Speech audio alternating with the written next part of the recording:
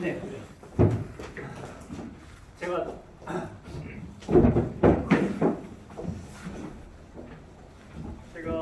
부산에 2003년에 근무를 했고 2009년에 근무를 해서 두 번 해서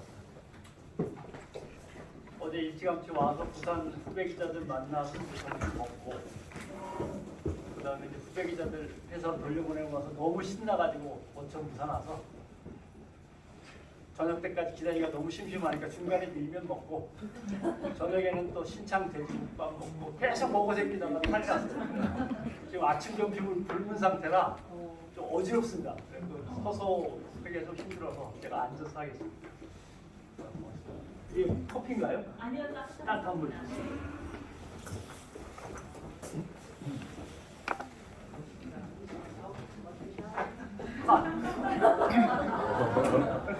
아침에 양복을 꺼내 입으면서 야 이거 뭐 촛불 집회도 가서 구경해야 되는데 반짝반짝하면 있으면 안 되는데 막 그랬는데 방송을 혹시 보시면 아시겠지만 이삿짐을 못 풀러가지고 계속 이 양복을 지난번 방송 일주일 전에 입었던 양복을 계속 몇 번째 입고 있습니다. 뭐지 예시장가는 전임으로 왔습니다. 이제는 뭐 정치 언론에 대해서 일반 시민들이 저보다 훨씬 더 많이 하시는데 뭘 얘기해야 될지 참 난감해서 발음이 좀 현찮습니다. 입이 바짝 말라.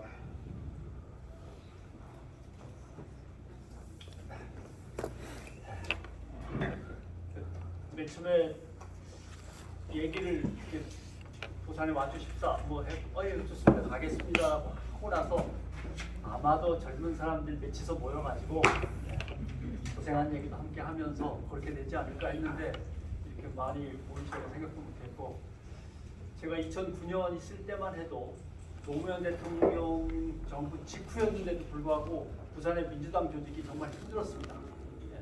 정말 힘들었습니다. 그런데도 이렇게 그래도 젊은 조직들도 있고 여러 가지 활동하시는 모습 보니까 반갑습니다. 저는 민주당원이 아닙니다. 원래 뭐 기자는 정치 조직에 들어갈 수가 없으니까 들어가고 아들은 민주당 대의원이긴 한데 이상한 분이에요. 그렇죠. 뭐 자기도 대의원인지 몰랐다고 그러더라고요. 근데 왜냐하면 34살에 진주에 있었거든요. 경상도에서 34살의 민주당원이 좀 귀한가 봐요. 그 정도 젊은 나이에 민주당원이 그러니까 대의원이 된 것 같고 다른 노빠, 문빠를 거쳐서 지금은 뭐 애 키운이라고 경력 단결료가 돼 있어도 정신이 없습니다만 저는 뭐 무당파라고 해야 되는데 저는 당이 뭘까요? 근데 잘 모르겠어요. 나는 무슨 당 소속이 맞을까라고 생각해 보는데 민주당, 정의당, 녹색당 그 어디쯤 중간 뭐 이게 성향상으로는 맞는데 그러나 시대적인 사명이나 역할 아니면 절박함과 관련해서는 좀 밀어야 될 당들이 있는 거죠. 그래서 민주당하고는 가까이 지내긴 합니다만은 가까이 지내도 민주당 안에 있는 친구들이 좀 잘하면 좋은데 마음에 안 드니까 제 친구들이 마음에 안 드. 제 친구들 동네 박광원 하다못해 가까웠던 이낙연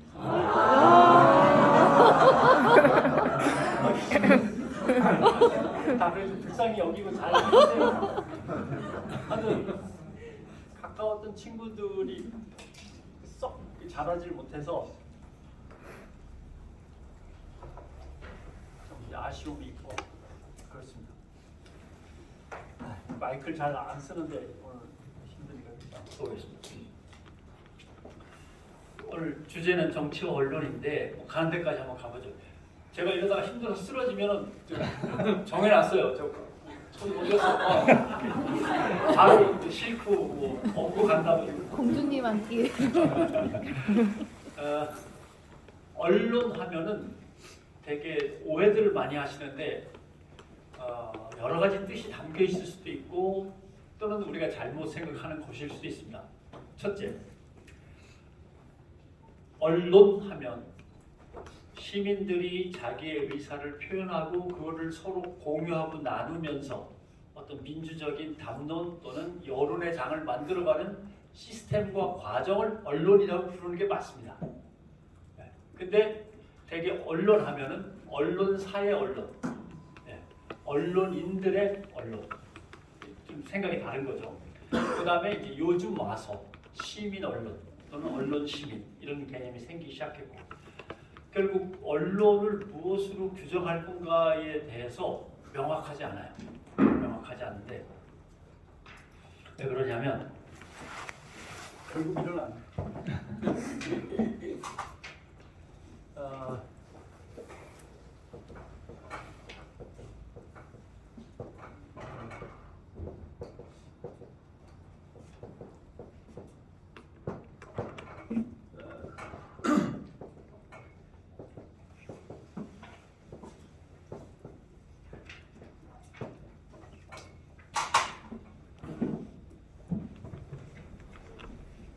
언론의 종류 자체가 다릅니다. 방송을 기준으로 이제 물론 정리가 된다마는 자유주의 언론이라고 하는 거는 브리티시 아메리칸 스타일입니다. 영미주의 스타일. 그러니까 언론을 최대한 존중하고 독립적이고 자율적으로 활동하도록 놔주되, 다만 언론의 자율적인 책임에 대해서는 엄격하게 더 감독을 하는 거죠. 그러니까 무슨 말이냐면 미국 언론에 대해서 미국 정치를 건드리질 않습니다. 언론은 건드려서는 안 되는 거고, 그게 헌법 제1조에 가 있습니다. 헌법 제1조. 사상과 표현의 자유가 미국 헌법 제1조이기 때문에 감히 언론에 대해서 터치를 안 합니다. 그러나 언론이 문제를 일으켰다라고 하면은, 또는 언론이 누구에게 피해를 줬다라고 하면은 엄청나게 법원의 재판에 의해서 세게 야단을 치는 거죠. 심지어는 미국 같은 경우는 광고조차도 시장에 맡기는 건데, 이 광고도 자율 규제가 되게 엄합니다. 대한민국은 오히려 광고에 대한 내용 규제가 그렇게 심하지 않은 편인데, 미국은 광고가 규제가 사실 심하죠. 그래서 워낙 자본주의가 발달하다 보니까 우리보다는 수준이 좀 다르긴 하지만, 그래도 스스로 언론을 규제하고 스스로 광고, 언론에 실리는 광고를 규제하는 기능이 미국은 상당히 발달해 있습니다. 왜냐하면 미국에 맨 처음에 신문이 생겼을 때 그 신문에 광고를 줄 수 있는 사람은 미국 정부밖에 없었어요. 쉽게 얘기하면 미국의 연방정부, 주정부밖에 없었습니다. 그러니까 정부와 언론의 관계가 좀 이렇게 애매한 관계였단 말이죠. 그러다가 이제 언론이 스스로 커지면서 밖으로 뛰쳐나옵니다. 그 대신 광고는 기업들한테 받아야죠. 그래서 기업들한테 광고를 받아서 언론이 성장해 나가면서 기업 광고를 다루는데, 그 대신 거기에 대해서 광고의 책임, 언론 내용의 책임을 스스로 잘할 수 있도록 자율 기구를 엄격하게 만들어서 신문협회의 윤리강령, 각 언론사의 윤리강령들이 잘 돌아갑니다. 돌아갔습니다. 그걸 이제 자유주의 스타일, 영미 스타일이라고 합니다. 언론은 간섭받아서는 안 되고 스스로 잘 해야 된다. 객관적이고 공정해야 되고 이런 것들입니다. 우리가 흔히 생각하는 언론. 그 다음에 극다원주의는 지중해식 언론입니다.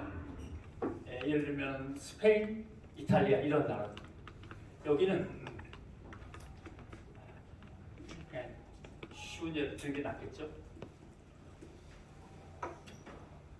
어느 날 제가 유럽에서 잠깐 근무할 때 왕실에서 귀족들과 재벌들을 불러놓고서 자선 파티를 열었어요. 거기서 남는 돈을 이제 가난한 사람들한테 주는 거죠. 생각해보세요.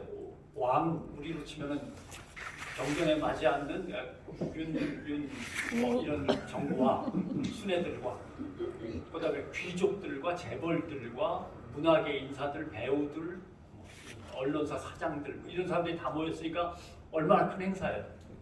다음날 신문을 딱 펼쳤는데 두 줄 요만큼 신문에 기사가 났더라고요. 가짜는 것들이 가짜는 것들이 왕궁에 모여가지고 자선 파티나 한답시고 그럴 돈 있으면 그걸로 나눠주면 되지. 이게 노동자 사회주의 신문이었거든요. 그 신문이 마침 그 사람들이 보기에는 꼴값들 하고 앉았네. 그래 여기가 뭐 무슨 일식집이나 마찬가지인 거죠. 그런 거지. 일반이구나 일반 이렇게 된 거죠. 왜냐하면 신문마다 또 언론마다 분명히 정치적인 색깔을 갖다가 나는 뭡니다라는 게 있는 거죠. 노동자 신문, 농민 신문, 사회주의 신문, 중도 신문, 우파 신문 다 자기 색깔이 뚜렷해요. 확실하게 주장하는 거죠. 그러니까 좌파 입장에서 보면은 귀족들하고 재벌들이 모여갖고 자선 파티하는 거는 그 자체가 꼴값 떠는 거가 되는 거죠. 그러니까 막 강하게 비판하고 만하게 나오는데도 비판적이죠. 왜 이런 일이 벌어지냐면 예를 들면 이탈리아를 예를 든다면 이탈리아가 독립전쟁을 벌이고 그다음에 파시스트 또는 이런 독재주의하고 이제 싸우다 보니까 싸우려면 뭉쳐야 되잖아요.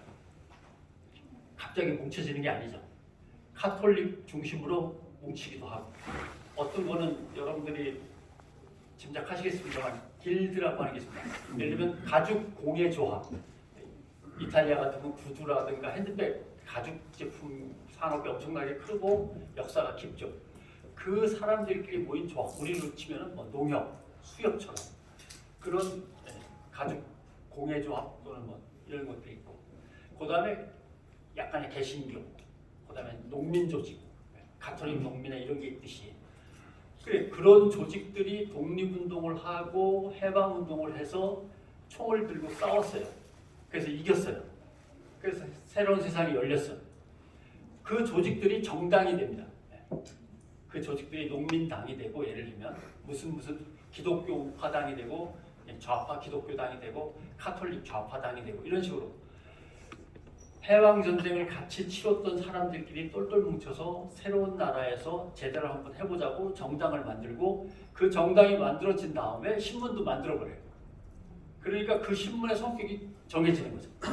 그래서 그러면 언론이 공정하지 못하지 않습니까? 라고 하는데 문제는 신문은 어떤 뚜렷한 성향을 갖고 있고 방송은 어떤 주장을 계속하지만 국가 전체적으로는 균형이 맞는 거죠. 그 신문은 저쪽에 가 있고 또 한 신문은 저쪽에 가 있고 하지만 국가 전체적으로는 여러 개의 의견을 다 수렴할 만한 언론들이 제각각 존재하는 거죠. 그리고 국민들은 어려서부터 저 신문은 중도 좌파고 이 방송은 약간 우파적으로 가 있고 저 신문은 또 뭐고 이걸 다 아니까 어느 쪽의 의견을 보고 싶으면 그걸 보면 되고 이렇게 해서 전체적으로는 이제 균형이 맞는 거죠. 맨 밑에 있는 것은 이제 주로 네덜란드나 독일 스타일, 약간의 프랑스도 겸해져 있는 대륙 스타일입니다. 유럽 대륙 스타일. 이건 뭐냐면 언론이 제일 중요한 것은 사회 발전과 그 사회를 구성하고 있는 국민들의 공공복지 안녕을 위해서 책임 있게 행동을 해야 된다라고 하는 사회 책임 공헌론이라고 하는 게 근간이 되어 있는 거죠. 그래서 언론은 그러면 정부가 소유할 수 있는 것도 아니고 니들 마음대로 해라 라고 놔둘 수도 있는 거고 놔둘 수도 없는 거고 그럼 어떡하냐. 시민들의 통제 밑으로 들어가라 라고 하는 게 시민들 통제 밑으로 들어가라. 뭐 예를 들을 게 있어야 되는데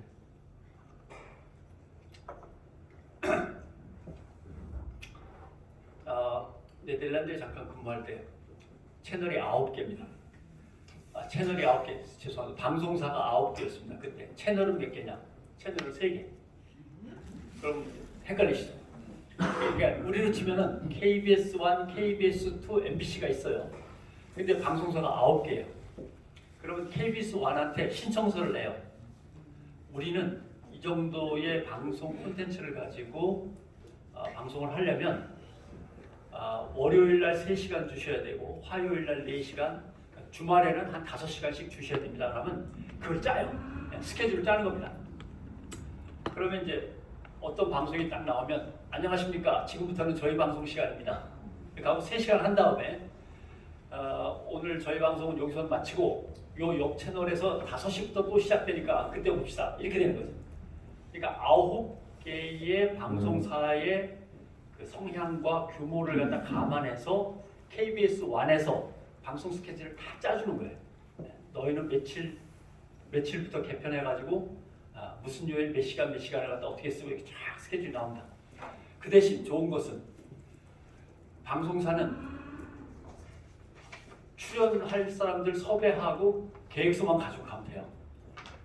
방송실에 녹음 카메라, 녹음기기, 그 다음에 조명, 그 다음에 하다못해 헤드폰까지 KBS 1이 다 제공합니다.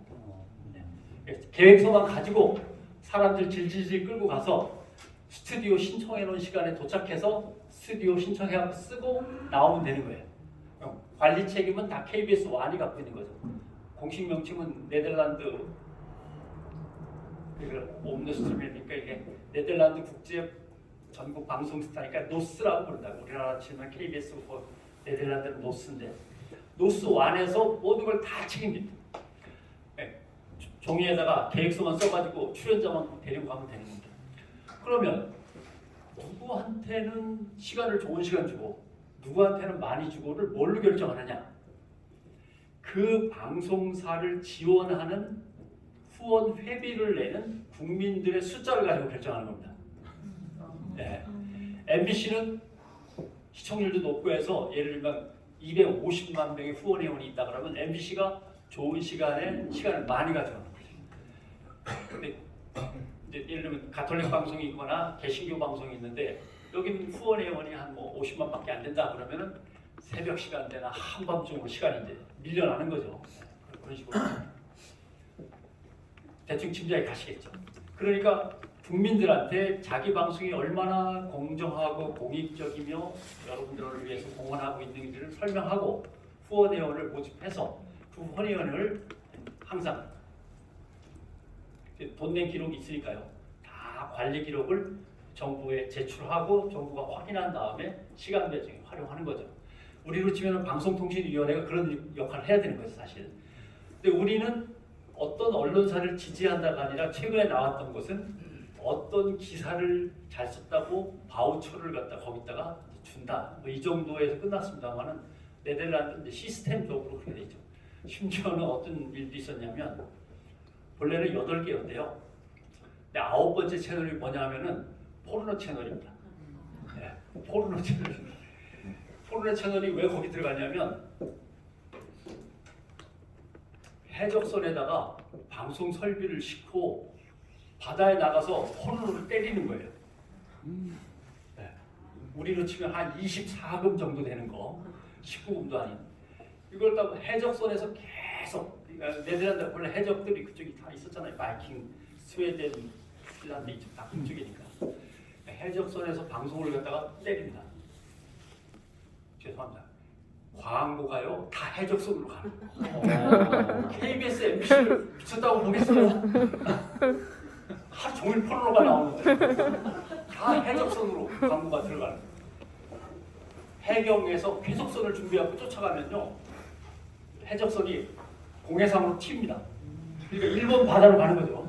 우리 지금 독도를 지나서 일본 바다로 가 있는 거예요.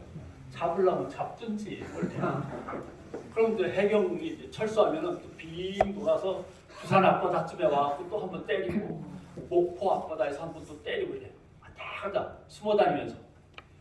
그래서 결국 정부가 중재안을 냈습니다. 24금을 19금으로 낮추는 조건으로 그러면 정규 방송으로 들어오도록 해주겠다.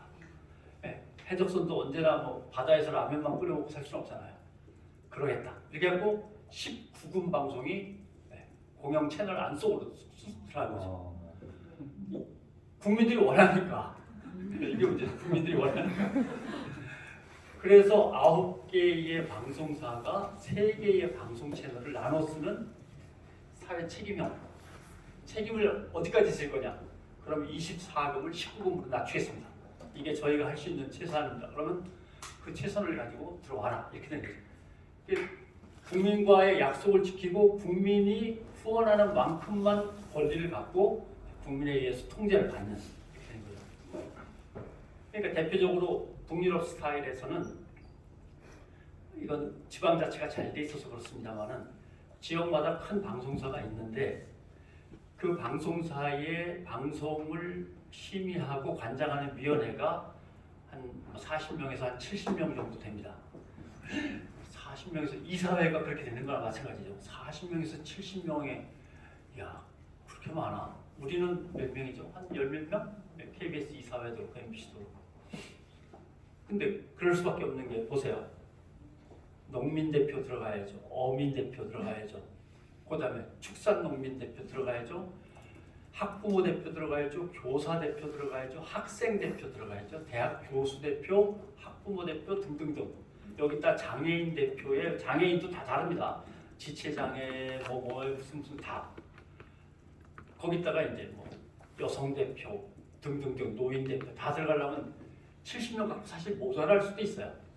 거기에 정당 대표 1명 아니면 2명씩 해갖고 3개 정당이면 해서 대여섯 명 정도 들어올 때가 있고 어떤 때는 1명씩 하면 한 4명 들어올 때가 있고 그러니까 정당 대표는 70명 중에 4명인 거예요. 70명 중에 5명인 거야.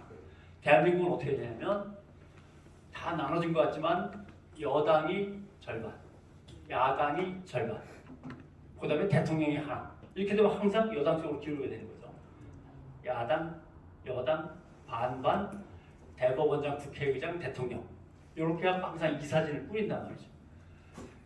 대한민국이 지금 어디까지 와있는지 대충 짐작이 되시죠? 왜 그러냐 하면 또 대한민국은 이 셋 중에 어디냐? 여기에서 이제 더 있으면 이제 공산주의 이론 뭐 이런 거 다 뺐습니다. 그런 것들은 뭐 여기에 해당입니다. 우리하고는 거리가 머니까. 대한민국은 뭐냐? 마음속에는 다 자유주의예요. 여론은 언론은 객관적이고 공정해야 되고 항상 정치로부터도 자유로워야 되고 정치에 끼어들어서도 안 되고 머릿속에는 다 자유주의.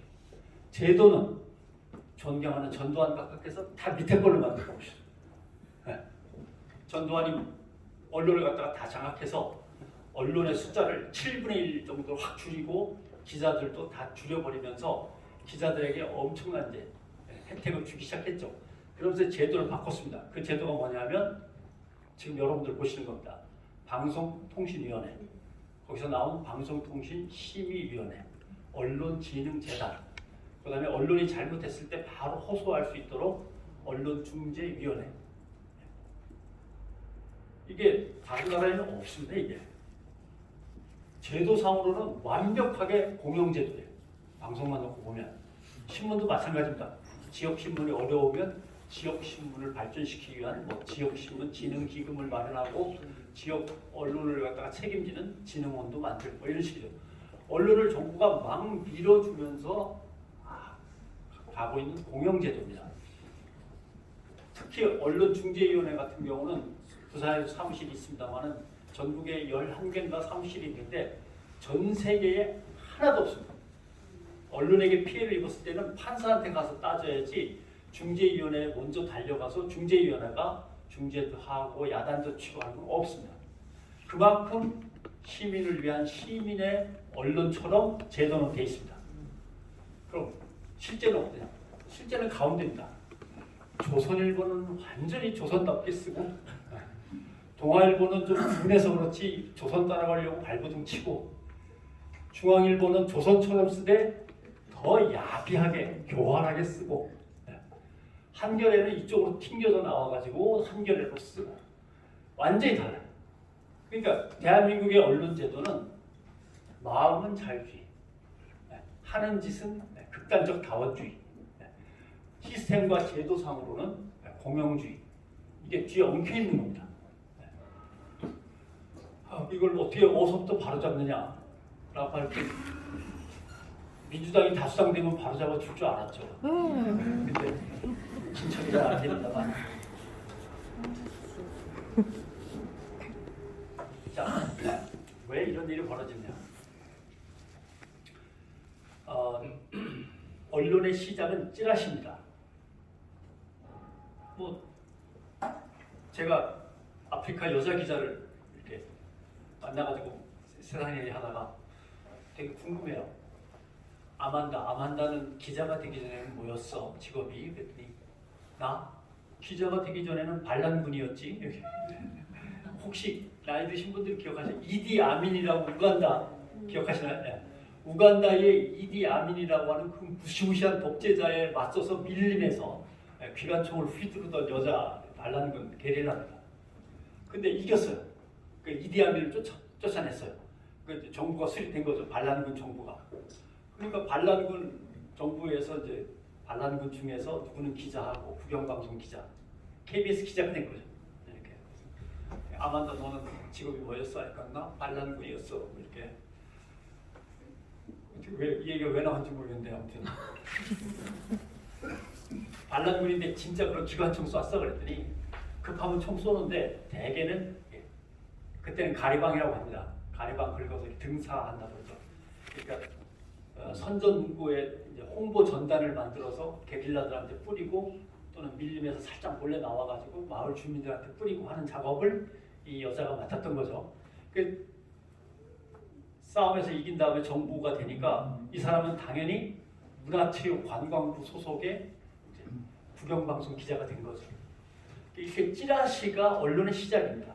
그 다음에 언론은 개간이 됩니다. 계절마다 한 번씩. 그 다음에 뭐 월간, 그 다음에 열흘에 한 번씩 나오는 순간, 그 다음에 주간, 일주일에 한 번씩, 그 다음에 매일 나오는 일간. 이게 언론의 발전 순서입니다.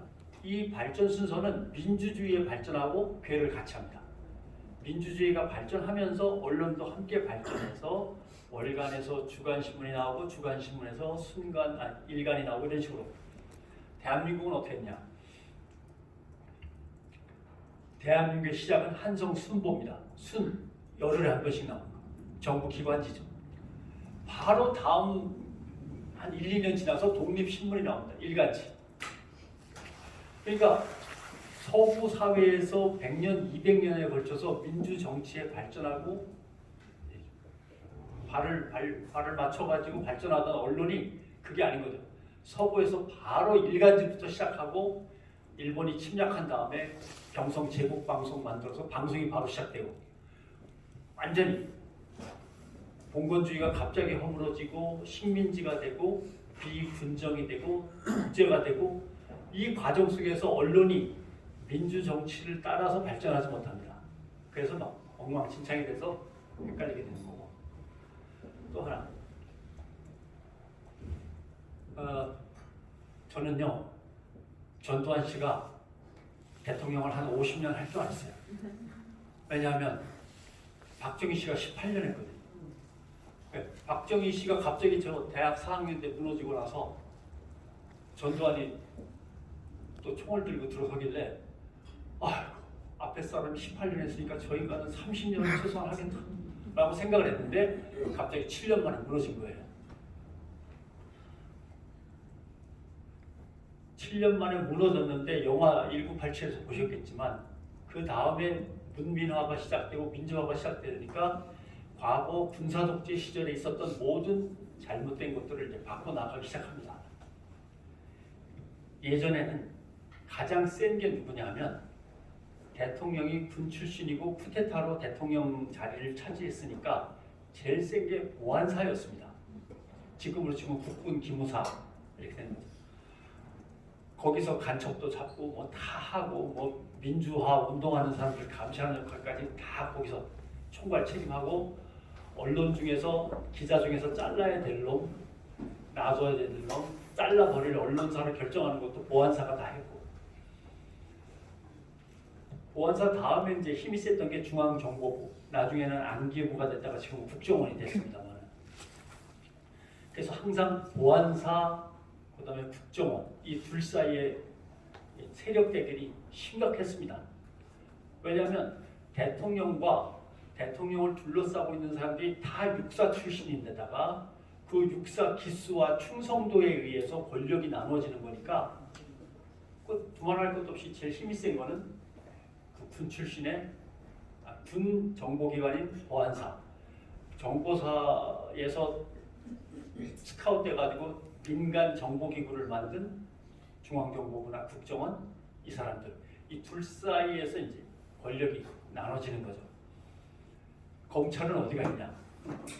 검찰은 영화 1987에서 보셨듯이 보안사에서 영장은 검사만 발부할 수 있으니까 이거 영장 하나 끊어줘 그러면 네 하고 영장 끊어주고 그 재판 들어가서 우리가 조사한 대로 다 해갖고 유죄 만들어 와. 네 이게 이제 검찰의 역할인 거죠. 그게 이제 박정희 전두환으로 걸치면서 쭉 해왔던 검찰의 역할이고 경찰은 뭐 그야말로 이제 심부름센터죠. 뭐 예를 들면 누구 잡아와, 누구 하루 종일 따라다니면서 감시해. 어떤 날 제가 집사람이 안동에 있었습니다. 그때 주말부부여가지고 지금도 주말부부입니다만 주말부부를 이제 40년째 하고 있는데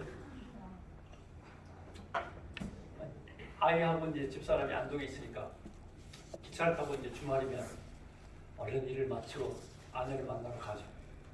가슴이 콩닥콩닥 뛰면서 랄랄랄라. 근데 목이 마른데 옛날에 술에 밀고 다니면서 생수 팔고 빵 팔고 하지 않습니까? 삶은 계란 팔고. 이 아저씨가 오질 않네. 그 아저씨를 찾으러 목이 마르니까. 딱 갔는데 옆칸을 갖다 확 열었는데 최 형사가 앉지.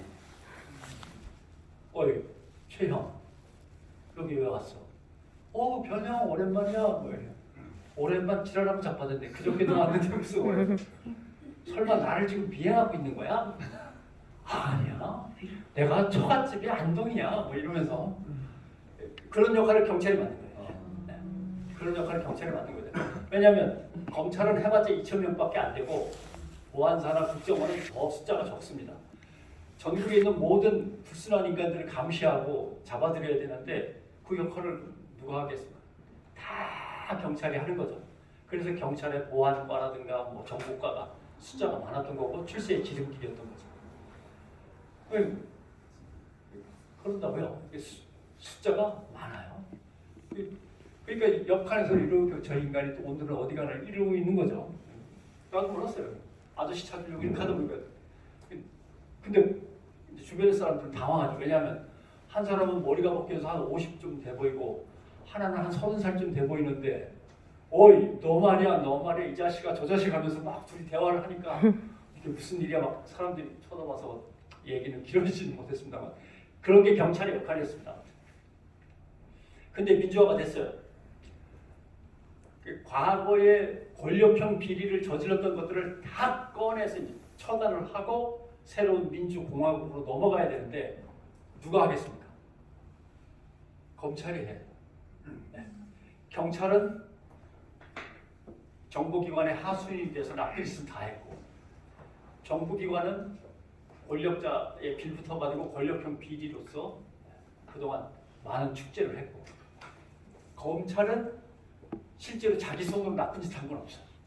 네. 수사만 열심히 하고 재판 가서 열심히 재판 진행만 했지. 그리고 결국 수사를 하면 검찰로 다 모이죠. 그래가지고 박정희 시절부터 전두환 심지어는 노태우 시절까지 있었던 권력자와 권력자 뒤에서 돈을 냈던 재벌들과 모든 관료들, 공무원들, 고위공무원들의 비리 정보가 다 검찰로 몰립니다. 그럴 수밖에 없잖아요. 검찰이 엄청 바빴어요. 그걸 다 수사를 해가지고 어떤 놈은 처벌하고 어떤 놈은 봐주고 그걸 갖다 검찰이 결정을 해야 되는 거예요. 그러니까 얼마나 검찰이 일이 많아요. 그래서 검찰이 제일 한가한 취재 조직이었습니다. 기자 입장에서는. 그래서 한가한 검찰이었어요 옛날에. 근데 갑자기 세상이 바뀌니까 제가 검찰 나갈 때 이름이 뭐였냐면 사철 검찰입니다. 사철 검찰. 1년 내내 쉴 수가 없어요. 네.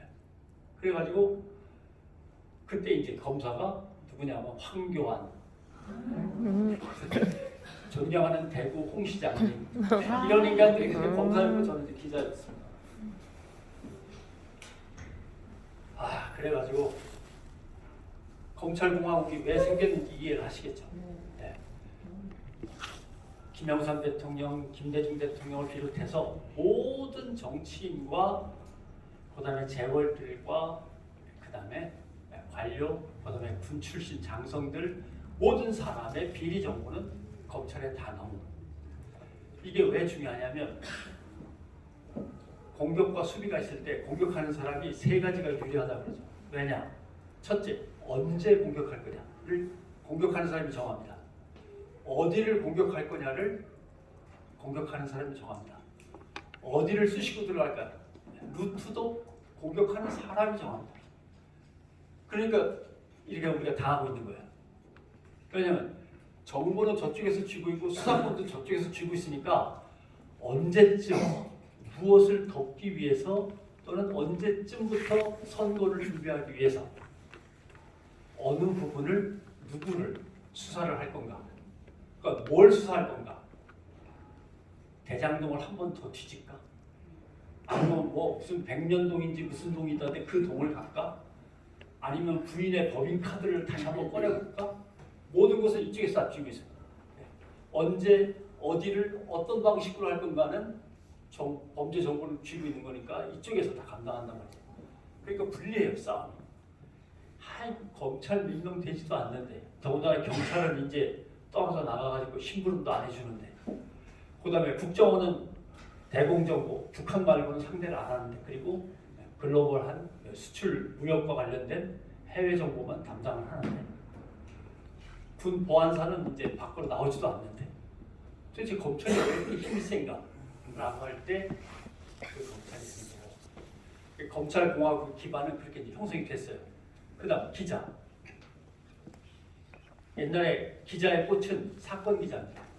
왜 사건 기자냐? 간단히 설명드리면 부산의 짜장면 값이 예를 들어 2,500원이에요. 그 부산 짜장면 값이 2,000원에서 2,500원으로 올랐다. 신문 기사를 올렸어요. 일본에 있는 친구한테 보냈습니다. 일본에 있는 친구가 옆 사람한테 보여주면서 부산 짜장면 값이 2,000원에서 2,500원 올랐대. 국가경제정보 기밀누설 잡혀갔습니다. 간첩. 왜냐하면 하필 그거를 받아서 읽은 사람 중에 조총련이 있는 거지. 그러니까 아까 얘기한 거랑 똑같습니다. 아이고 이때쯤 돼갖고 간첩 몇 명 하나 만들어가지고 국민들한테 확 반공의식을 좀 불어넣어야 될 것 같은데 이렇게 하면 야 찾아봐. 아 예 짜장면 값을 조총련한테 결국 건너가게 한 놈이 있네요. 잡아. 너 걔하고 언제부터 연락했어?부터 시작을 해서 걔는 알아보니까 조총련에 들락날락하던데 이렇게 되면 이제 끝나는 거예요. 그냥 간첩입니다. 그렇게 하고 무수히 많은 간첩들이 나왔습니다. 결국 그런 식이죠. 뭐 때문에 이 얘기 꺼낸지도 까먹었어. 그러니까 짜장면 값이 2,000원에서 2,500원으로 물가 급등, 한국 경제 위태로 와 하면 기자는 감옥 가는 거예요. 국가보안법 위반입니다. 그래서 기사를 쓸 수가 없어요. 결국 정치 기사를 쓰는데 여당이 잘못한다, 대통령이 잘못한다 못 씁니다. 네. 짜장면 값 갖고도 간첩이 되는 세상에 그 기사를 어떻게 씁니까? 못 쓰죠. 그러니까 정치 기사 못 쓰죠, 경제 기사 함부로 못 쓰죠, 보도 자료만 뺏겨 써야 되는 거죠. 그러니까 언론사가 어디가 더 발빠르고 훌륭하냐를 결정하는 것은 불났는데 몇 명이 죽었다, 불났는데 어느 신문이 가장 먼저 보도를 했다. 여기서 승부가 나는 거거든요. 그래서 사회부의 사건 기자가 기자의 꽃입니다. 그래가지고 한 번은요 불이 났는데 21명이 죽었는데 잘못해서 22명이 죽은 걸 썼어요. 난리가 시체 하나 빨리 가서 찾아와. 이게 언론사들의 목숨과 같은 거예요. 왜냐하면 진짜 젊은 세대는 완전히 짐작을 못 하시겠지만 나이 드신 분들만 이해를 하시겠군요. 결국 광화문과 서울역에 가면은 조선일보, 동아일보가 쫙 가판으로 쭉 나옵니다. 가판 사보셨죠? 200원, 100원 내고서 신문을 사게 되는 거 아닙니까? 그게 몇 시냐면은 저녁 5시 반에서 6시에 나옵니다. 그 다음에 저녁 7시쯤에 다시 한번 찍어가지고 서울역에서 기차에 실으면 그 기차가 밤에 부산역에 도착해서 새벽에 부산에다 뿌리는 거죠. 그렇게 신문을 갖다 여러 번 찍습니다. 그러니까 4시, 5시에 한 번 찍어서 5시 반, 6시쯤에 서울 시내에 한 번 뿌리고 그 다음에 한 번 더 찍어서 전국 철도를 통해서 전국으로 보내고 그 다음에 이제 서울 걸 찍어서 서울 집집마다 회사마다 배달되는 걸 아침에 뿌리고 이렇게 하는 건데 언론이 거기서 장사를 하죠. 5시 반, 6시에 신문을 갖다 시내에다가 한번 쓱 뿌려요. 거리에서 사람들이 사봅니다. 그때 자기에게 안 좋은 기사가 있는지 없는지를 재벌 회사는 재벌대로, 공직자들은 공직자대로, 그 다음에 정보기관은 정보기관대로, 검찰은 검찰대로, 검찰은 경찰대로 얼른 체크를 한 다음에 바로 전화를 하는 거죠. 어이, 무슨 면 몇 번째 줄에 우리 기관을 욕하는 게 조금 들어갔던데 어이, 몇 번째 줄에 국가 경제를 조금 위태롭게 만드는 기사가 있던데 하면은 다음 기사에서 빠집니다. 부산에는 그 기사가 안 오는 거죠. 새로 찍었으니까 빼고 그런 역할들을 하면서 이제 서로 조절을 하던 겁니다. 그러면서 이제 재벌들이 전화하면 얘기가 다르죠. 돈을 좀 내시죠.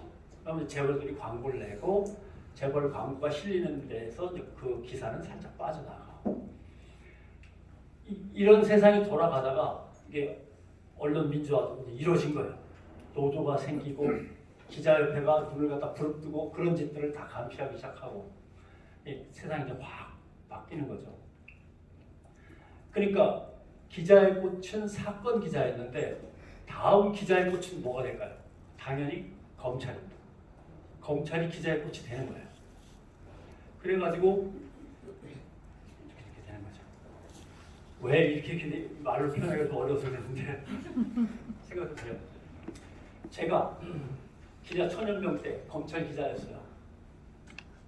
황교안 선생이 당대표 될 줄 알았으면 내가 그때 황교안을 그렇게 무시하지 않았지. 홍 선생이 대구시장이 되고 당대표가 될 줄 알았으면 내가 홍 대표 방에 들어갈 때 맨날 발로 빵 차고 들어가지 않았지. 녹화하고 홍선이, 홍 선생, 홍 선배, 대학 선배이기 때문에 홍 선배 이렇게 들어갔죠.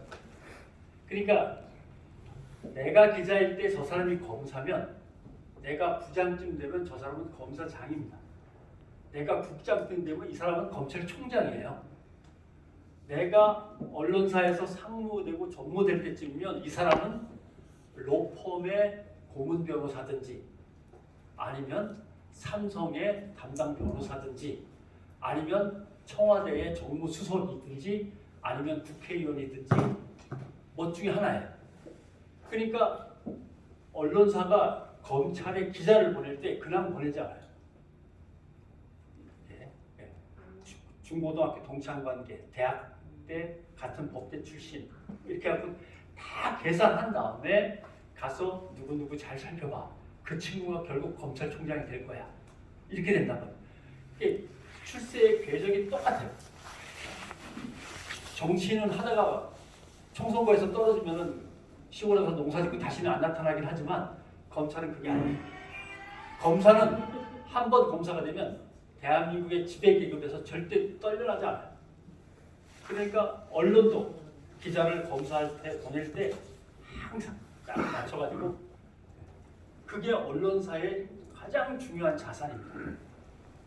또는 재벌도 그렇고 물론 청와대도 그렇고 정치인도 그렇고 다 그걸 계산하지만 특히 검찰을 계산할 때는 저 사람들은 절대 떨려날 사람들이 아니기 때문에 정확하게 출세 궤적을 맞춰가면서 계산하는 거거든요.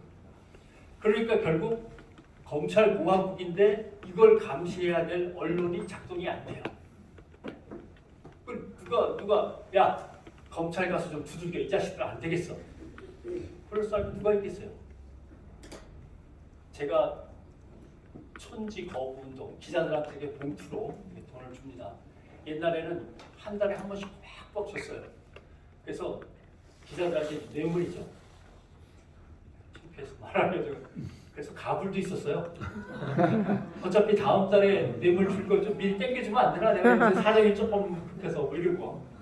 가불도 있었어요. 가불. 그 다음에 공무원들한테 돈 꿔달라고 그러죠. 기자가. 돈 꿔주면 당연히 안 갚죠. 그렇게 달란 얘기예요. 그게. 안 갚을 걸 알고 공금해서 줬겠죠, 당연히. 그런 게 70년대 문제, 80년대 초반까지 문제였던 거죠. 그러니까 이 카르텔이라고 하는 게 안 깨져요, 안 깨져요. 그렇게 얽혀 있는 겁니다. 제가 그런 촌지 거부 운동, 공짜 해외 여행 거부 운동 이런 것들을 갖다 85년부터 했습니다. 제가 우스갯소리지만 미국을 못 가봤어요. 중국도 못 가봤습니다. 해외 여행 가본 거는 최근에 아내하고 일본 여행 요칸에 가서 온천탕에 들어갔던 거 하고 딸내미 데리고 오키나와 갔던 거.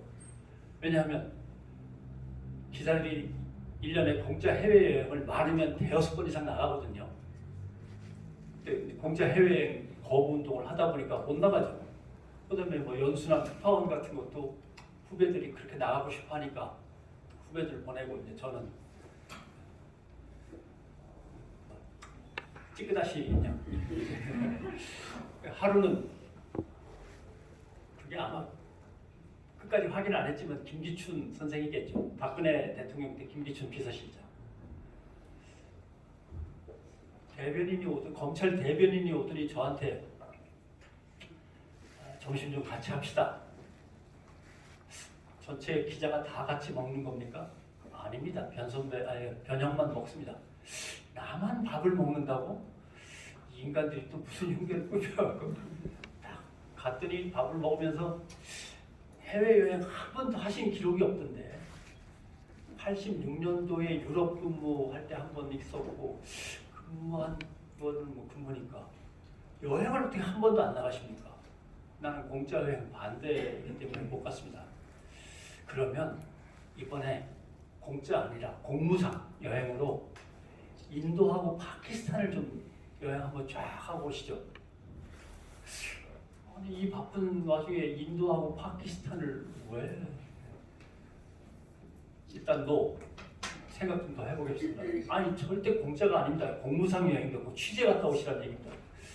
생각 좀 해보세요. 나중에 보니까 한겨레 모 기자도 단독으로 만나서 그 얘기를 들었다는 거예요. 이상하다. 왜 한겨레하고 CBS만 공짜 여행을 갔다 오라고 이 인간들이.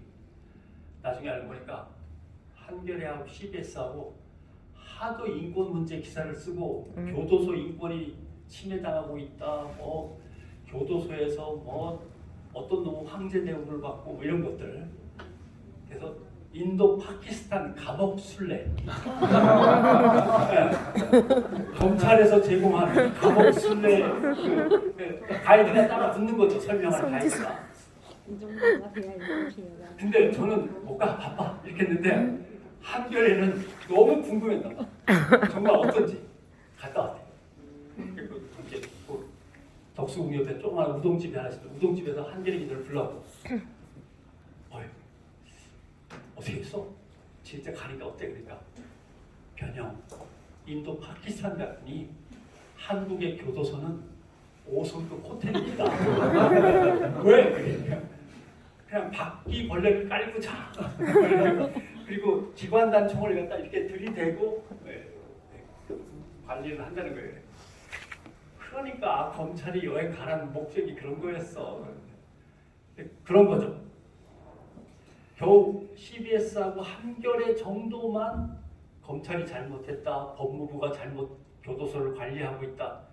요새는요 교도소 기사는 한 줄도 없어요. 법무부는 가지도 않아. 왜냐하면 법무부를 뒤져가지고 나쁜 걸 찾아내야 되는데 법무부 장관님이 실세시니까 법무부는 취재 자체가 성역이 거기 나요. 거긴 성역이라고. 외국인 노동자 관리 어떻게 할 거냐, 불법 체류자를 어떻게 해야 줄일 거냐, 엄청난 기사들이 법무부에 쌓여 있고 교도소의 인권 문제 뭐 기사가 전혀 없어요. 결국 이렇게 해서 검찰과 언론 간의 커넥션 내지는 이런 것들이 엮이는 거고요. 이 커넥션이 결국 어떤 역할을 하냐면 조선일보, 중앙일보, 동아일보, 한국일보, 뭐 MBC, KBS의 간부들하고 얽히는 겁니다. 왜냐하면 언론사에서 간부가 돼갖고 총책임자로 올라가려면 두 가지를 확실하게, 세 가지를 확실하게 해야 돼. 첫째는 정치, 그다음에 돈, 한국은행이나 재정경제, 기획재정부, 그다음에 검찰입니다. 검찰을 안 거치면은 결격 사회예요. 왜냐하면 검찰을 거쳐야 법원 검찰을 같이 담당하거든요. 그리고 법원 검찰이 국정원까지 담당을 합니다. 언론사는 그렇게 돼 있습니다. 왜냐하면 국정원은 모든 것이 비밀이에요.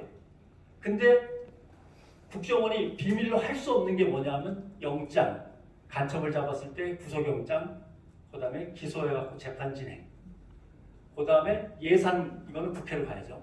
그러니까 예산하고 재판에서만 국정원이 모습을 드러내거나 보안사가 모습을 드러내는데 이게 법조 담당 기자거든요. 그러니까 법을 모르면 언론사 간부가 되기가 정말 힘들어요. 그러니까 결국 정치부 기자를 하든지 법조 기자를 해야 이게 올라가죠. 경제는 조금 다른 문제입니다. 근데 대개는 법조 기자가 정치부장을 하고 또 해요. 정치부 차장을 하고. 그러니까 정치부와 법조는 얽혀 있어요. 왜 얽혀 있냐? 검사, 변호사, 판사가 자꾸 정치인이 되니까 당연한 거예요. 두말할 것도 없어요. 법조와 정치는 엉켜 있어요. 그게 언론사의 국장이 되고 상무가 되고 전무가 되는 거예요. 이 틀 안에서 돌아가니까 그러니까 결국 대한민국은 여러분들이 다 속고 있는 거죠. 지역감정 없어요.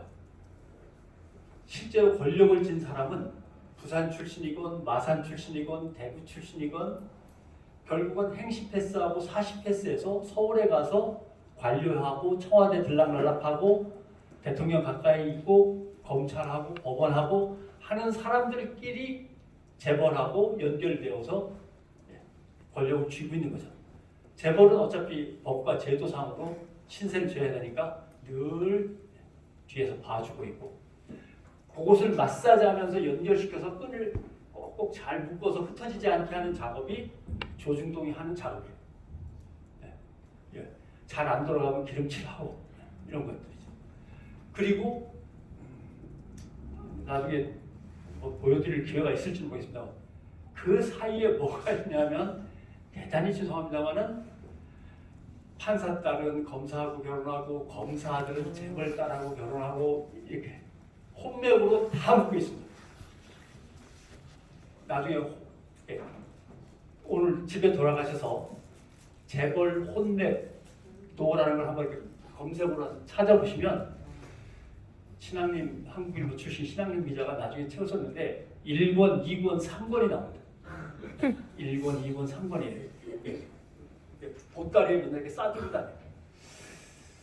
그래서 사실은 대한민국의 지배 세력이 누구냐고 할 때 그 지배 세력은 본인들은 부인하겠지만 재벌과 행정관료와 군 출신과 그다음에 법조 출신의 연합 카르텔입니다. 그걸 중간에 끼어들어서 맛도 보면서 기름칠도 하는 것이 언론인 거죠. 언론이 기름칠을 하되 또 어떤 걸 기름칠을 하냐면 다음 대통령은 어떻게 해야 되지를 지금 고민하고 있는 거예요. 지금 윤석열 대통령이 한 번 더 하려는 건 뭐 아닌 거니까 이거 뽑아가지고 하루하루 잠자리가 편한 날이 없었어. 우리 편이긴 했지만 어떻게 하다 그런 인간을 뽑았는지 거기다가 부인의 장모까지 나서가지고 뭐 이렇게 이 고민을 계속 하고 있거든요. 다음엔 누가 좋을까를 띄우는 거죠. 머리는 벗겨졌지만 가발로 잘 덮고 있는 장관을 시키면 아니야. 예, 근데 정치를 한 번도 해본 적이 없고 그래서 또 미국 출신이라 감도 잘 못 잡고 이게 좀 어려운데 안철수를 다시 한번 써야 되나? 이런 거. 그래도 유승민이 좀 독하게만 좀 이쪽으로 와주면 좋은데 이게 늘 저쪽 편에 반쯤 걸치고 있는 게 마음에는 좀 안 들고 애는 괜찮은데 이런 이준석 아유 이준석은 그러면 뭐 지금 청년들이 나중에 50쯤 돼서 그때 뽑으라 그러지 뭐 이런 거 한숨이 나오죠. 왜냐하면 누구를 해도 다시 이재명하고 이렇게 비교하면 한점 떨어져. 이낙연이라고 해도 아유 안 될 것 같아. 야 저쪽에는 그래도 그렇게 나오려면 조국 절대 안 되지. 그건 미리 싹을 잘랐으니까 다행히 이렇게 되는 거죠. 근데 그 싹을 누가 자르느냐? 조국 전 장관이 감옥에 가 있는 거 아니잖아요. 언론이 자르는 거예요. 언론이. 엄청나게 기사로 도배질을 하면서 다시 이 세상에 태어나서는 안 될 악마같이 이제 이미지를 이미 붙였으니까 성공했죠. 누구든 간에 벌써 집권을 누군가가 시작하면 다음 집권을 생각하면서 우리가 계속 이 권력을 유지할 수 있도록 정치 쪽에서 누가 나오고 누가 들어갔으면 좋겠다를 계산하면서 하나씩 뛰어오는 거죠.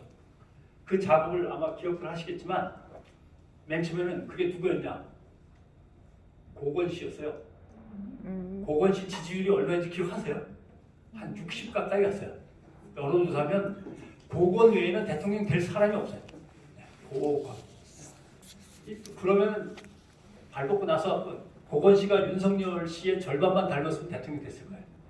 내가 할게 그럼 하면서 뭐 헛것도 한번 하는 이 양반은 옆에서 씹어가지고 입에다 넣어줄 때까지 가만히 있는 스타일이어갖고 고건 그랬다가 갑자기 에이 이거 아니야 고건은 너무 점잖고 국내에서나 먹히지 뭔가 좀 이렇게 큰 새로운 세계화의 흐름하고 맞는 이런 인물 없을까? 아 반기문 갑자기 반기문이 막 떠. 반기문이 막 그러다가 이제 뭐 또 떨려 나가면 아유 반기문 안 되겠어. 그래 새로운 바람은 역시 안철수라고 나가는 게 좋겠다. 안철수 뭐 이렇게 자기네가 이렇게 맛보기로 하나씩 던진 다음에 여론의 반응을 살핀 다음에 조절을 하는 거죠. 그 조절하는 기능을 조중동이 갖고 있으니까 정치권에서 항상 조중동한테 의견을 떠보는 거죠.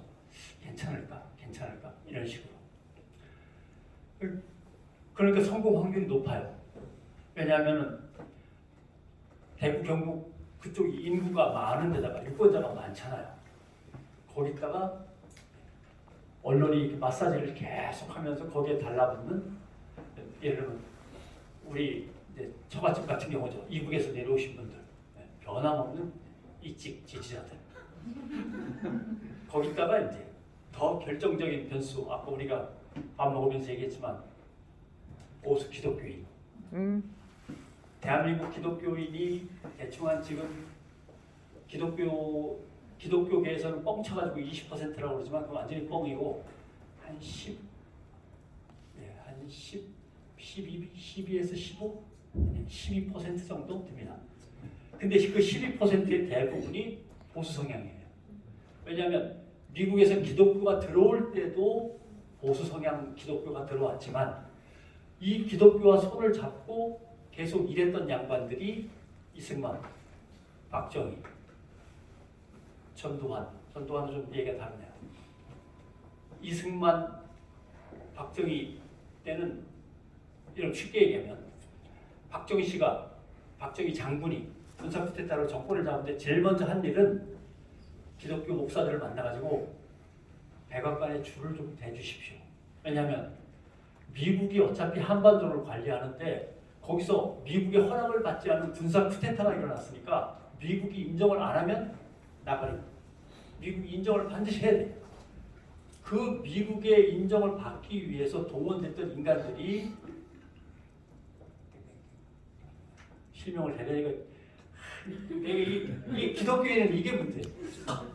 예를 김장한 목사, 세계 침례교 총회장을 하신 김장한 목사라든가 이대 김옥길 여사라든가 벌써 미국하고 줄이 닿을 수 있는 보수 기독교인들이 연결을 해줘야 되는 거죠.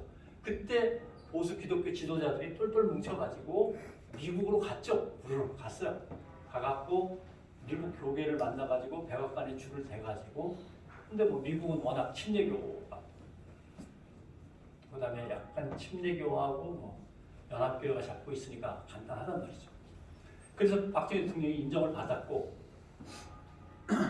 전두환이 필리핀이라는 집권을 했을 때도 역시 미국이 그걸 인정하도록 바로 교회에서 조선호텔을 잡아가지고 대통령을 위한 역사가 우리에게 마련해 주신 위대한 지도자 전두환 씨를 위한 조찬 기도회, 나라를 위한 기도회 계속 열어 제끼면서 결국 미국의 승인을 받아줬죠. 물론 미국도 계산을 했겠지만은 그 보수 기독교의 표를 끌어내기 위해서 저도 한 10년 전부터 기독교 가짜뉴스, 기독교 보수 가짜뉴스에 대한 작업을 계속했고 한겨레에서 뻥 터지기도 나중에 했습니다만 그걸 끊어보려고 애를 썼는데 안 끊어지네요.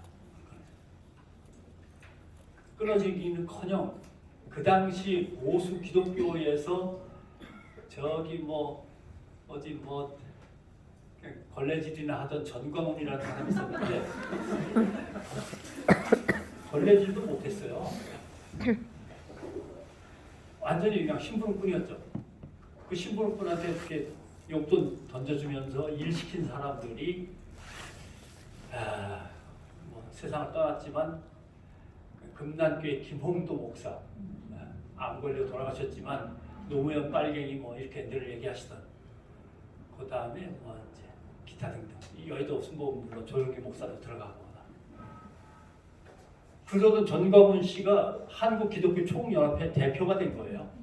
그 박근혜 대통령에 대한 탄핵이 있을 때 기독교가 확 보수에서 극우로 돌면서 극우 성향을 갖고 있던 사람들이 맨 위로 올라갔던 거죠. 그래서 점점 더 어려워서 지금은 기독교는 희망이 없습니다. 교회를 고쳤을 생각하지 마십시오. 언론도 고쳤을 수 없습니다. 결국은 언론과 교회가 이 정권을 받치고 있어서 35가 변하지 않습니다. 35가 변하지 않아요. 그리고 또 하나 문제는 박근혜 대통령 탄핵 때 버스를 타고 시골에서 할아버지 할머니들이 태극기 들고 올라갔잖아요. 그러니까 시골 교회, 이 교회, 저 교회에서 할아버지 할머니들이 버스를 탔는데 가면서 김밥 먹고 생수 먹고 하다 보니까 친해져가지고 자기들 단톡방에 다 있어요. 이제는 그 할아버지들을 서울 갔다 오라고 보내신 목사님들의 통제에도 먹히지 않아요. 자기들만의 방에서 자기들끼리 통제해요. 그러니까 목사님들이 예전에는 문재인 정권이 잘못했다 그러면 박수치고 했겠죠. 이제는 얘기하면 안 먹혀요. 뭐라고 하냐, 할아버지 할머니들 그 단톡방에 있는 얘기를 옮기면 박근혜 탄핵 때 우리 목사가 좀 괜찮더니 요새 너무 약해. 그래갖고 이게 되겠어. 완전히 빨갱이들을 갖다 몰아내고 말이야. 장기 집권으로 가야 되는데 우리 목사가 왜 이렇게 약해졌지? 그 양반들 그런 거예요. 왜냐면 자기들끼리 맨날 모이다 보니까 강도가 세죠. 그 목사들한테 그렇게 하면 되겠어 야단치고 자기들끼리 단톡방에서 또 모여가지고 또 하고. 기독교권은 점점점 우경화되면서 저쪽으로 가고 있고 해서 35%는 변하지 않습니다. 민주당이 35%가 아니라 아예 40% 밑으로 안 내려오는 작업을 해서 그 지지율을 유지하기 전까지는 어려워요. 왜냐하면 민주당이 조금 올라갈 만하면 언론이 가만히 안 있습니다. 다시 끌어내릴 거고 국민의힘이 어느 정도 너무 떨어진다 싶으면 또 덤벼들어서 끌어올릴 거고 이 작용을 계속하고 있기 때문에 민주당은 지지율이 40 밑으로 내려오지 않도록 그 선을 유지하지 않는 조금 어렵다고 보는 거죠. 또 하나의 문제는 언론이 주제니까 지난번에 제가 숫자를 여기 적혀 있는데 열어보기 그러니까 윤 대통령이 건설 노조를 건폭이라고 조폭들이라고 했을 때 건폭이라고 언론에서 기사를 갖다가 마구 휘갈겨 썼던 것이 기사 건수가 425건인가 425건. 그럴 리가 있다. 노동자들을 그렇게 몰아가면 안 되지라고 그 일정 기간 동안에 대통령이 그렇게 몰아가는 건 문제가 있다. 언론이 그걸 어떻게 받아쓸 수 있나라고 해서 반대편에서 노동자 편을 나름대로 어느 정도 들어줬던 기사가 기억하시는 분. 420대 5예요. 420대 5. 물론 조선일보, 중앙일보, 동아일보가 기사를 한꺼번에 여러 개를 냈을 수도 있죠.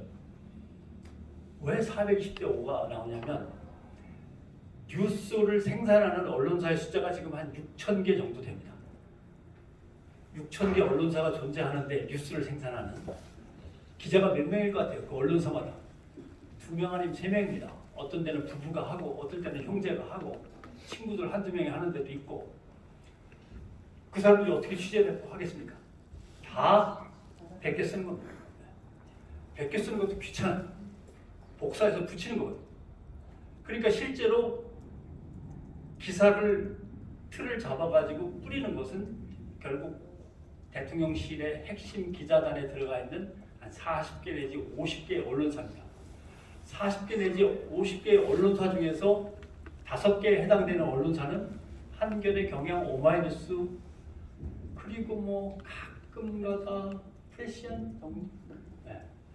그다음에 거기에 못 들어갔는데 이제 아각될 수밖에 없는 게 뉴스타파라든가 뭐 이제 더 탐사나 이런 쪽은 완전히 유튜브라고 치고 몇 개 없어요.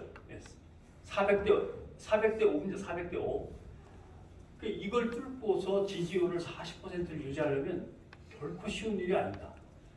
그러려면 무엇을 해야 되나요? 뭐든 다 해야 됩니다. 민주당의 문제가 그거예요. 그러면 무엇을 할까가 아니라 미친 듯이 뭐든지 다 해야 되는 거죠. 그래야만 견딜 수 있는데 뭘 하지? 생각 좀 해보고 연구해보고 뭐 이럴 틈이 없는데 상당히 여유가 있으세요. 상당히 여유가 있으시고. 근데 국민의힘은 갈팡질팡이잖아요. 대통령 실수해, 부인도 맨날 실수해, 장모는 이제 재판받을 항소심 날짜 다가왔어. 김 대표 얼굴 보면 아이고 아무것도 모르고 순진해 자빠졌지. 제대로 된 게 하나 없어요. 이준석은 아직도 찜질방에서 그냥 머리 감다 나와가지고 한마디씩 하지. 그나마 그쪽 진영에서 제일 똑똑한 건 진중권밖에 없는 것 같은 느낌이 들어요. 그 정도의 수준인데도 지지율이 내려가면 내려가다 다시 올라가죠. 안 떨어져요. 절대 안 떨어집니다. 그럼 그다음 시간이 없어요. 시간이. 왜 시간이 없냐면 정권을 잡으면 언론을 탄압하기가 되게 어려워요. 그러나 언론을 탄압하도록 미리 시스템이 짜져 있는 게 있어요. 그게 뭐냐면 KBS. 왜냐하면 이사도 여권에서 더 많이 보내는 거고 법과 제도를 고치는 것도 정치권에서 고치는 거고 사장 임명이든 뭐 전무 상무 임명이든 이런 것도 다 조절할 수 있고 그 다음에 심지어는 감히 국회의원 나부랭이가 한다는 소리가 야 보수 출연자만 좀 출연을 시켜. 근데 그 보수도 가짜가 있고 진짜가 있어. 진짜 보수만 출연시켜. 어떻게 국회의원이라고 하는 인간이 한 명이 전체 언론을 상대로 야 똑바로 해. 보수라고 다 같은 보수가 아니거든. 이런 말을 감히 할 수 있냐 말이죠. 그건 여당 대표가 했다도 문제가 될 만한 엄청난 발언인데 국회의원 한 명이 그런 소리를 막 짓거리는데 야단도 안 하죠. 이런 세상인 거죠. KBS가 제일 먼저 장악을 당하게 돼 있고 그다음이 MBC, 연합뉴스, YTN. 연합뉴스는 간단해요.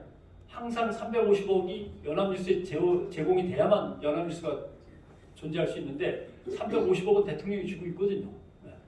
그러니까 연합뉴스는 뭐 항상 말하니까 이게 참 모순인데 그럼 왜 문재인 때는 문재인 편이 아니었냐? 연합뉴스 이게 문제예요. 문재인 때는 왜 문재인 편이 아니었냐?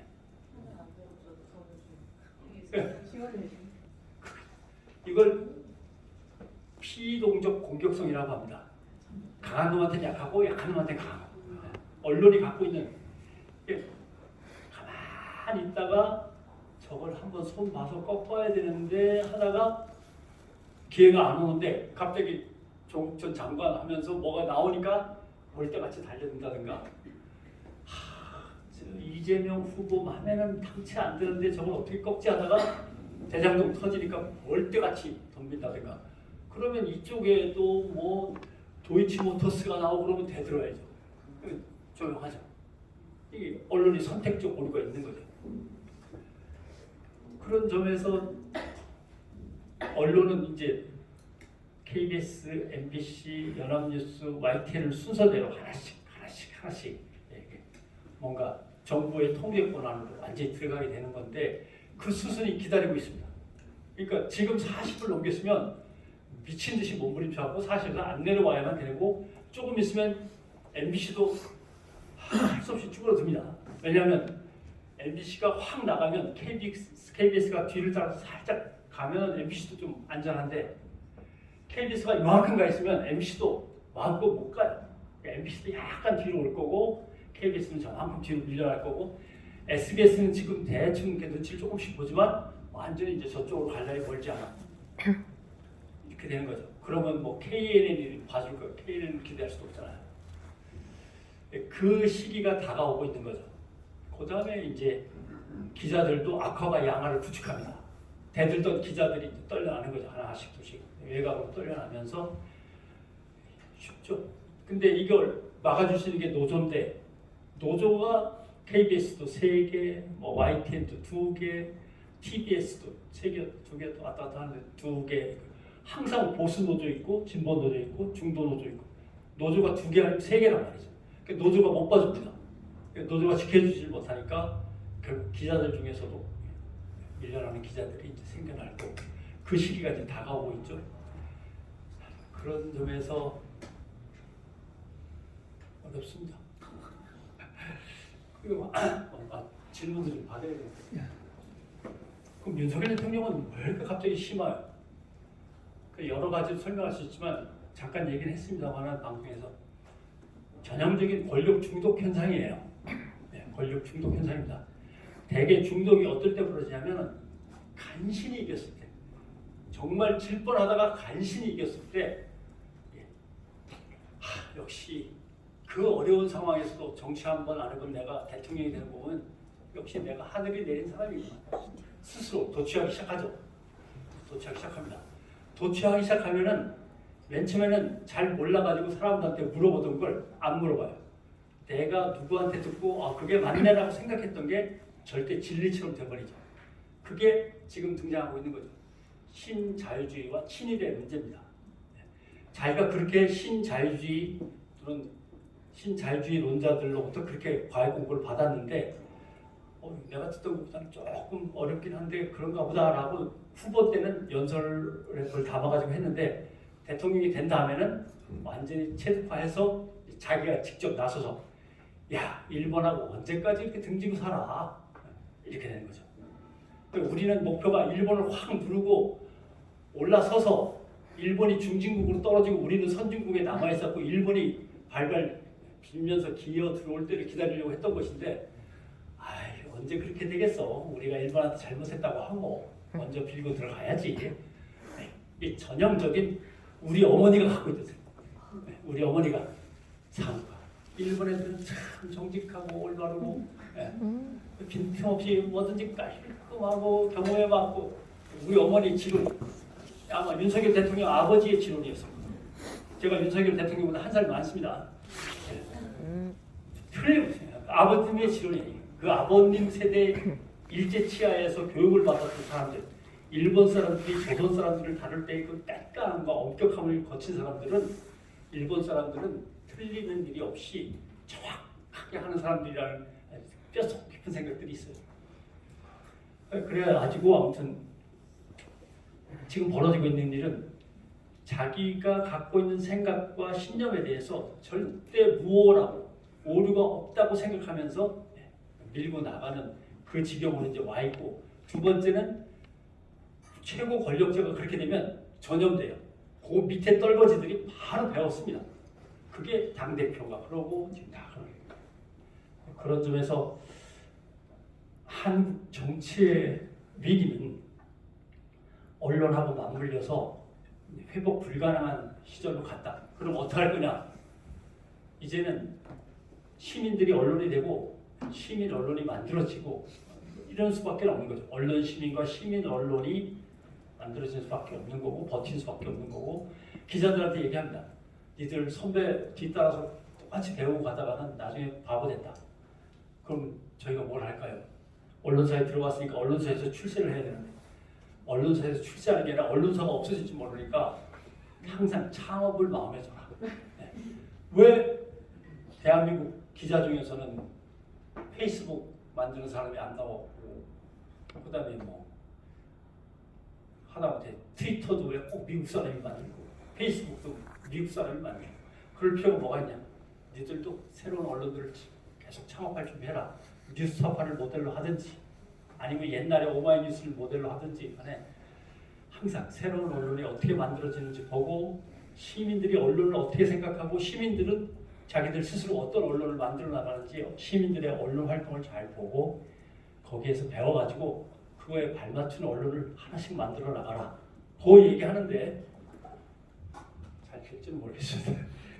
근데 기자들이 기레기라고 부르시는 건 이해하는데 사실은 그 위에 부장, 부국장 여기가 문제예요. 네, 국장들은 이제 나이가 들어가고 뭐 그냥 결제를 하고 있는 건데 그 부장, 부국장이 문제입니다. 보셨잖아요. 도쿄에 해리포터 타운이 만들어진다. 서울에서 3시간 거리. 서울하고 일본을 하나의 영토로 보는 거예요. 일본의 일본 제국 영토로. 그러니까 3시간 거리를 재고 있지. 그 여자 기자가 나중에 트위터에 올렸잖아요. 네, 내가 쓴 제목은 그때 뭐였냐면 해리포터 팬들 아시아로 모인다 였습니다. 이거였잖아요. 근데 부장이 뜨고 받아보더니 부국장, 국장하고 어떤 식으로 상했는지는 모르지만 어느 날 제목이 바뀌었는데 순간 해리포터 다 빠져나가고 한국, 일본이 맨 앞으로 가서 한국, 서울에서 3시간 거리에 이렇게 나오는 거죠. 사실 지금도 제목은 기자는 제목을 못 달게 돼 있습니다. 예전에는 감히 기자는 제목을 생각하지도 않았어요. 이해가 되실지 모르겠는데 기자는 제목을 생각하지 않습니다. 주제만 생각을 하지. 제목을 다는 거는 자기 위에 데스크 부장님과 편집 부장님의 책임입니다. 그래서 예를 들면 뭐라고 하냐면 혹시 판소리 같은 거 하시는 분 계신지 모르겠는데 일고수 이명창이라고 해요. 북으로 반주 맞춰주는 사람, 북으로 박자 맞춰주는 사람이 훨씬 더 구하기 어렵다는 거죠. 정말 훌륭하게 노래를 잘 부르는 사람 2명이 있어야 고수 하나하고 맞먹는다는 거죠. 언론사에서 뭐라고 하냐면 10 writer, 1 editor. 정말 기사 잘 쓰는 놈이 10명 주면 제목 잘 잡는 놈 하나를 줄까 말까. 실제로 다 경험하시는 거잖아요. 제목 보고 들어가시죠. 요거 가짜 같긴 한데 그래도 안 읽어볼 수 없어. 그런 게 많죠. 그게 그 편집 에디터들이 전문적으로 하는 작업입니다.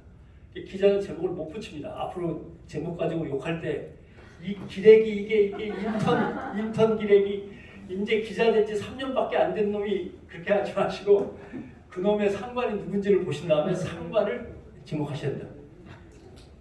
먹힙니다. 먹혀요. 예, 기자들이 인간들이 싸가지가 없고 대가 센 것 같지만 비난에 되게 약합니다. 근데 안 통하는 이유는 쫄면 기자들만 계속 욕먹었지 자기는 욕먹은 적이 한 번도 없거든요. 그러니까 그 부장과 그 국장한테 당신이 제목 달았죠 라고 한 번 좀 찔러오기도 하고 그렇게 해야만 언론이 잠깐 이렇게 멈칫멈칫 비축되지. 그 나이 어린 이제 대학 졸업한 지 얼마 되지도 않은 기사 겨우 써가지고 넘긴 다음에 하루에 70건, 80건씩 쓰는 기자들한테 기레기라고 야단 쳐봤자 별 소용이 없습니다. 그러니까 그렇게 아시고 언론사를 어떻게 상대할 건가도 조금은 더 조직화해야 되고 조금은 더 분명하게 그 메커니즘을 돌리는 것도 아셔야 되고 이런 문제가 있고 그런 것들을 포함해서 시민들이 더 언론을 확장해 나가는 문제 이런 것들이 한국 민주주의하고 결부되어 있는 거죠. 여기까지 하겠습니다. 네.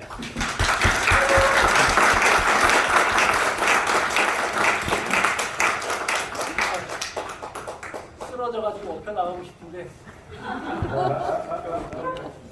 자, 이렇게 대한민국의 언론과 어떤 정치의 지형을 이렇게 한눈에 다 몸소 체험하셨습니까? 네.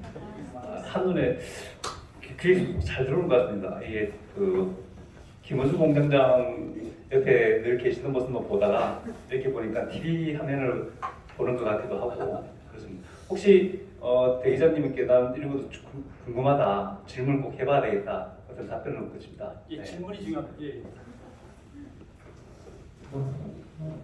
아까 밥 먹을 때 얘기하는 거 보니까 나보다 많이 하던데. 두 가지 여쭙고 싶은데 네. 하나는 저는 이제 아까 기자님 중독이라는 말씀 주셨는데 제목 언론 중독 시대가 아닌가 생각이 들거든요. 실제 내용은 뭐 별로 껍데기가 없고 뭐 기취자 같은 분들이 얘기하기를 주어와 수로만 보면 이 기자가 취재를 했는지 안 했는지 알 수 있다. 기추자가 그런 얘기 됐어요? 네네. 없죠.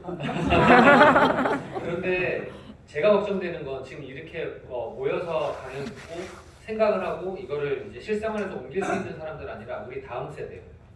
지금 이제 아까 저희가 뭐 청소년이라는 말 때문에 얘기를 했지만 지금 자라나는 아이들이 이제 페이스북이나 인스타그램이나 유튜브 같은 이런 신 언론 매체라고 해야 될까요? 이런 것들의 제목에 굉장히 노출돼서 이제 유입되는 경우가 굉장히 많고 또 잘못된 정보를 부모님 통해서도 그렇겠지만 아이들이 그런 환경에 노출되는 것들이 굉장히 많은데 거기에 대해서 저희 세대가 좀 방법론적으로 어떻게 접근을 할 수 있으면 좋을까? 뭐 예를 들면 요즘 애들이 책을 정말 안 읽지 않습니까? 그래서 어떤 독서 방법이라든지 이런 게 좀 궁금하고요. 좀 사적인 질문인데 기자님에 대한 그 극렬한 사람들의 공격도 굉장히 많이 받으실 것 같고 특히 뭐 예를 들면 좀 진보가 그런 게 있지 않습니까? 가난하고 정직해야 되고 뭐 약간 근데 쟤는 왜 저렇게 옷잘 입고 다녀? 뭔가 이런 말도 있을 것 같은데 그런 것에 전혀 굴하지 않는 멘탈의 이 소양은 어디서 키울 수 있는가? 그러니까 그런 게 좀 궁금합니다. 일단 제목. 제일 위험한 게 제목만 보고 기사를 선택하고 기사를 읽는 겁니다. 실제로 아무리 좀 잘 봐주려고 해도 네이버하고 다음도 요새 좀 그런데 나름대로 개혁적이고 진취적이고 진보적인 기사 제목은 위에 잘 안 올라와요. 10개 있으면 7, 8, 9번째 걸릴 때가 많아요. 그리고 빨리 사라져요. 이거 지들은 뭐 알고리즘에 의해서 자동으로 돌아가는 거지 우리가 관여하는 바가 아닙니다라고 하는 건데 이상하게 보수 쪽의 지지적인 어떤 제목들은 오래 위에 걸려 있는데 그거에 반하는 것들은 잠깐 뜨고 밑에 떴다가 사라질 때 빨리 사라지고 이런 문제가 있죠. 여러 가지가 있죠. 댓글 부대가 작용을 하는 것이냐, 보수 유권자가 더 많기 때문에 더 많이 읽는 것이냐. 많이 읽으니까 알고리즘에서는 계속 잘 읽고 있네 하면서 더 오래 놔둘 수도 있는 거죠. 이걸 어떻게 극복할 거냐 하는 문제 때문에 제목만 보고 기사를 읽는 게 얼마나 위험하냐라고 하는 문제. 두 번째, 젊은 친구들의 문제.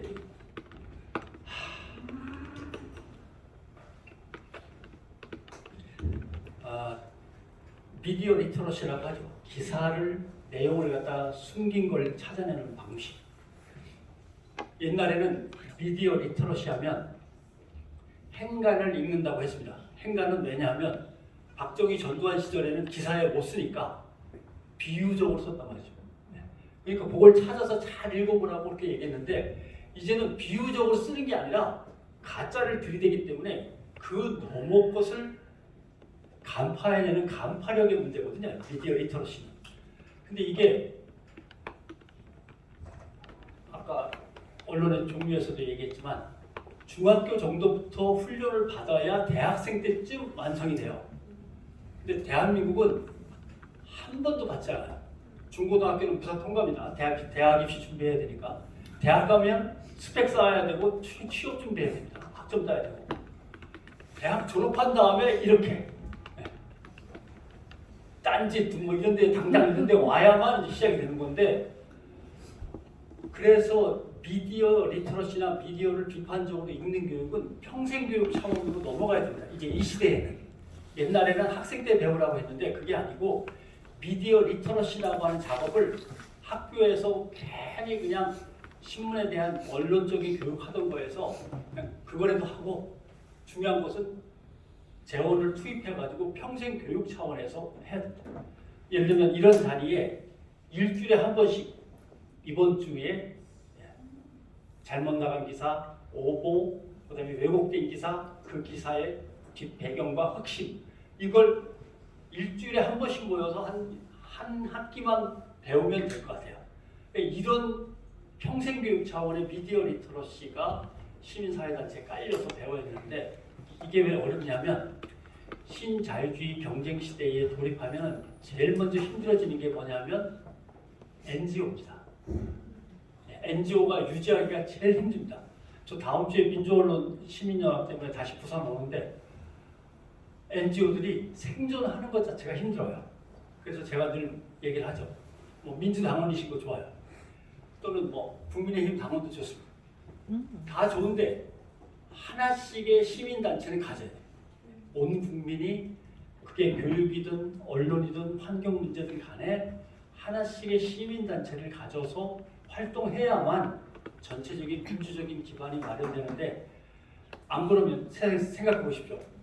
참여연대, 경실련 이런 단체가 대한민국에 존재하지 않았더라면 대한민국의 민주주의가 어느까지 와 있을까요? 엄청나게 저 뒤에 있을 겁니다. 그런 단체들이 살아야 됩니다. 살아야 된다. 그래서 그 단체들을 살리면서 미디어 리터러시 작업도 계속 그런 단체들을 활용해서 꾸려나가는 것들이 이제 문제고, 그 다음에 민주당의 문제와 관련해서 틀림없이 촛불을 들고 광장에 모였어요. 추울 때도 모였고 더울 때도 모였습니다. 끝나고 나니까 다들 집으로 돌아갔어요. 집으로 돌아간 줄 알았는데 집에 돌아가서 자기 방으로 들어갔어요. 자기 방으로 들어간 줄 알았는데 문 걸어 잠그고 자기 커뮤니티 안으로 또 들어갔어요. 커뮤니티를 뒤지면 나오겠지라고 했는데 커뮤니티 안에서도 자기들끼리 또 비번을 가지고 앱을 따로 만들고 해갖고 모이는 또 다른 더 작은 커뮤니티가 또 있는 거죠. 그러니까 광장에 모였던 사람들이 엄청나게 좁고 가느다란 골목 속으로 다 배어 들어가서 안 나오는 거예요. 자기들끼리만 소통하면서 이걸 끄집어내야 돼요. 안 나오죠. 안 나온다. 그럼 어떻게 해요? 민주당 젊은 당원들이 들어가야만 가능한 거예요. 그리로. 그러니까 친구들이 국회의원이 이렇게 얘기하면 안 되는데 국회의원이 중요한 게 아니에요. 네. 스마트폰을 가지고 예를 들면 기초자 같은 경우죠. 스마트폰 하나를 가지고 전체 보수 언론 한 200개 정도를 상대할 수 있을 정도의 젊은이들이 있단 말이죠. 존재하잖아요. 그런 젊은이들이 늘어나야 되고 그런 젊은이들한테 죄송합니다. 속물적으로 얘기하겠습니다. 돈을 줘야 돼요. 돈을. 네. 제가 해봐서 알아요. CBS에 있을 때 제가 결제를 해서 끝까지 남긴 작품이 있는데 그게 예를 들면 김현정을 앵커 시킨다든가 또는 그 전에 벌어진 일은 지금도 반은 후회하고 있지만 김어준을 방송에 데뷔시켰다든가 네. 그때 제가 담당 부장이었거든요. 제가 안 된다고 그랬으면 되는 건데 그 다음에 그런 거라든가 그 다음에 여러분들이 아는 세바시라든가 그 다음에 혹시 시리얼이라고 젊은 분들 보시나요? 네. 시리얼 앞에 김어준, 김현정은 빼고 세바시하고 시리얼 때 해보니까 결제해갖고서 계획서를 본 다음에 기획서에 제가 볼펜질을 하면 안 돼요. 기획서를 이렇게 하고서 담당자만 불러가지고 열심히 할 거야? 목숨 바칠 각오가 돼 있어? 좋아. 이 건물에 오지 마. 저 건물에서 근무해. 왜냐면 이 나이들 노땅들하고 만나지 마. 노땅들이 하는 얘기 듣지도 마. 그 인간들이 댓글을 달거나 코멘트를 하면 읽어보지도 마. 니들끼리 알아서 하고 돈을 주고. 조직을 만들어주고 돈을 주면 다 알았어요. 지난주에 희두 씨가 왔으면 아마 열변을 토했을 거야. 말하면. 돈 주고 조직 주고 하면 알아서 다 해요. 그게 마치 뭐가 같으냐면 삼성이 핸드폰을 만들었어요. 스마트폰을 만들었어요. 광고를 멋지게 해서 팔고 싶어요. 전 세계에. 예를 든 겁니다. 어떤 재벌 회사에서 좋은 제품을 만들었는데 무지무지하게 멋진 광고를 하고 싶어요. 그래갖고 광고 기획사에다가 그걸 넘겨줘갖고 엄청난 노력을 끝에 딱 나오면 마지막에 끝난다는 거 아니에요. 회장님이 뭐야? 우중충하다. 그럼 끝이야. 네. 뭔지 모르지만 회장님이 마지막에 딱 와서 계신데 앉아서 뭔지 잘 모르겠다 야 이렇게 하면 없어지는 거예요. 당도 똑같아요. 네. 언론사도 똑같아요. 젊은 친구들이 디지털 시대에 이렇게 해야만 합니다라고 길을 쓰고 기획안 내면은 최고위원 회의에서 그래, 김재원하고 조수진이 뭘 알겠어요. 최고위원 회의에서 이러고 그냥 밥이나 더 먹여 이렇게 된 거예요. 아니면은 전광훈 목사한테 물어볼게요. 김재원처럼 그렇게 되는 거예요. 그러니까 민주당도 마찬가지입니다. 결제를 그런 식으로 해서 의사결정이 툭툭툭 진행되면 안 됩니다. 젊은 사람한테 돈 주고 조직 주고 마음껏 하라고 해야 되는데 안 돼요. 안 돼요. 제가 맨날 이 얘기를 30년 전부터 한 것 같은데 야 그때 민주당도 있었고 뭐 이당 저당 다 마찬가지예요. 초콜릿 케이크 위에 초콜릿 장식 올려놓으면 초콜릿 케이크냐? 아니야. 빵부터 초콜릿 빵이어야 되고 겉에 초콜릿으로 감싸야 되고 뭐? 청년 당원? 청년 당원이 명찰만 달아주면 청년 당원이 되는 게 아니거든요. 조직의 시스템과 돌아가는 메커니즘이 청년들의 열정과 청년들의 아이디어에 의해서 팍팍팍 돌아가고 잘못된 거는 깨져나가고 오래된 거는 치워버리고 이렇게 하면서 돌아가야지 그게 젊은 당이 되는 거지. 청년은 선거 때만 되면 자원봉사자인지 청년 당원인지 뭐 구분도 잘 안 갈 정도로 나오라 그러면 그냥 끌려나가서 또 끌려나가서 하는 일도 대개는 춤추는 일이죠. 대개는 춤추는 일이에요. 율동하고 뭐 그다음에 뭐 이런 거 돌리고 젊은 당이 될 수 없거든요. 그렇게 해서는 안 되죠. 결국 그 좁은 골목으로 세워들어서 나오지 않는 젊은 유권자 뭔가 방황하는 중도쯤에 걸쳐져 갖고 다음 선거에는 어떡하나 유권 투표를 갖다 포기할까 이러는 사람들을 끄집어내려면 그리로 들어가야 되는데 나이 든 사람들이 들어가니까 아니거든요. 예. 적어도 고등당원, 중대학당원, 청년당원들이 들어가야 되거든요. 예. 고딩들 자기들끼리 갖고 노는데 거기에 대학생 민주당원이 들어갈 수 있겠어요? 못 들어갑니다. 예. 당연히 그렇게 돼야 되는데 그게 문제고. 두 번째, 마지막 리더십의 문제인데 대한민국 정당 리더십은 구조가 잘못됐어요. 지금 중국의 시진핑이 지방 군수하고 지방 시장을 몇 군데서 했냐면 17군데에서 했습니다. 17군데. 중국은 일단 기본적으로 간단합니다. 정치인이 되려면 정당, 공산당이죠. 공산당에서 당뇨 10년, 군대로 가서 군대에서 10년, 지방 포함해서 행정관료 10년, 30년을 일해야 됩니다. 그러니까 중국 지도자들 나이를 보면 70몇, 80몇이 되는 거예요. 왜냐하면 20대쯤에 스카우트 돼갖고 들어왔고 30년이면 50년 아닙니까? 50세부터가 이제 중앙당에 이제 한 지도자로서 겨우 첫 발을 디디는 거거든요. 그리고서 총재 또는 뭐 당수 아니면 주석까지 올라가려면 70이 훌쩍 넘어야 되는 거죠. 똑같은 겁니다. 전부 다 우공들이 하다, 우연히 공무원들이 하듯이 우연히 당뇨들이 하는 거예요. 왜냐하면 암흑의 캠프 때 갑자기 뭐 어디선가 자문을 구한다고 자문위원들 모집었다가 끝나고 나면 자문위원들한테 한 자리씩 주다 보면 전부 다 낙하산이에요. 전부 다. 네. 그게 아니고 지역 당협을 거치거나 지역 당원으로서 몸부림친 사람들의 경력을 보면서 차근차근히 올라오고 서울과 지역의 당 교류도 있어야 되고 이게 아주 정교하게 돌아가야 되는데 전혀 안 들어가고 있습니다.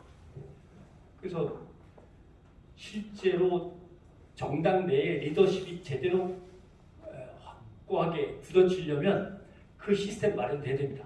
네. 당원들을 갖다가 최소한 어느 정도는 무대를 해가지고 당원들의 의견이 최고위원 회의 때 계속 반영되어서 결국 당원들의 생각들이 반영이 돼야 되는데 여론조사에 이렇게 나왔대. 부터 시작하고 요새 여론이 이렇대더라 라고 하고 저당이 저렇게 하니까 우리는 이렇게 받아치자. 막연하게 이루어진다. 막연하게. 그래서 이것도 바로 잡아야만 앞으로의 이제 행보를 좀 제대로 컨트롤할 수 있을 것이다. 쓸데없는 잔소리였습니다. 그렇습니다. 뭐가 나오는가? 사적인 문제. 제가요, 이게 이제 기독교 환자라서 이런 일이 벌어진 건지 모르겠는데, 맨 처음에 되니까 기자 PD는 지갑을 꺼내면 안 된대요. 왜냐면 맞다는 사람이 사야지 왜 네가 사냐. 근데 내가 인터뷰를 하자고 하고 신세를 지는데 내가 밥을 사야 되는데 왜 이게 아니라고 하는 걸까? 그 다음에 이제 기자들이 그때는 전두환 시절이니까 뭐 기세 등등할 때입니다. 돈도 많이 받고 저는 뭐 물론 뉴스 기능을 박탈당한 CBS에서 CG로 하긴 했습니다만 그래도 사람들을 만나서 정중히 얘기를 하고 부탁을 해야 되는데 차림새는 좀 정중해야 되지 않을까? 라고 해서 그때도 넥타이를 맸습니다. 그래서 병원의 간호사들이 당직하면 되게 졸거든요. 침침치 흘리면서. 간호사 계신가요? 제가 똑똑똑하고 응급실하고 중환자실 취재 왔습니다. 별일 없죠. 그렇게 하면. 이렇게 보면 흔히 하는 첫 마디가 넥타이맨 기자 처음 봤어요. 왜냐면 사건 기자가 담당이니까 뭐 그런 거. 그다음에 때 되면은 스타킹 같은 거 다 준비해서 응급실의 아가씨라든가 당직실의 간호사 아가씨, 그다음에 엘리베이터 걸들이 있었습니다. 옛날에는 기관마다 다 엘리베이터 걸한테 선물한다거나, 그다음에 청소부 아저씨 이렇게, 그다음에 이제 운전 기사들. 왜냐하면 높은 놈이 어디로 움직이는지는 운전 기사한테 물어봐야 돼요. 운전 기사 아저씨. 그게 이제 몸에 이제 배가지고, 근데 그때도 양복을 이렇게 핏에 맞추지 않았습니다. 왜냐하면 그럼 너무 티가 나가지고 이렇게 양복 핏에 맞춰갖고 이제 입고 다니기 시작한 건 한 10년밖에 안 됐고요. 그 전에 일부러 헐렁하게 입었어요. 그 다음에 누가 어디 갔는데 진짜 똑같은 질문을 대단히 전전 캠프로 주셨어요. 지난번 어떤 모임에서 한 달에 옷값이 얼마입니까? 이렇게.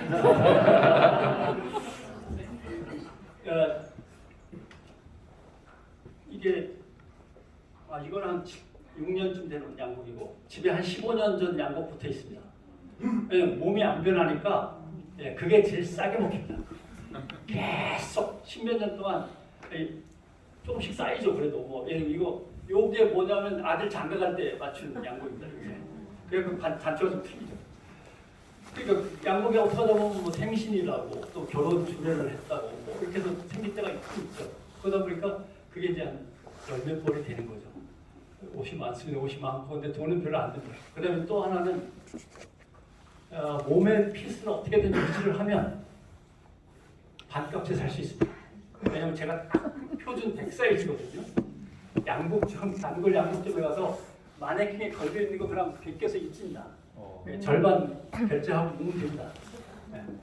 쉽습니다. 근데 몸을 유지를 하는 게 힘든데 온 김에 그래서 좀 점잖은 얘기도 해야죠.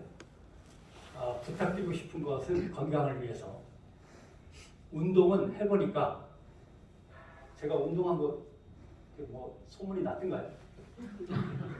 안 났어요?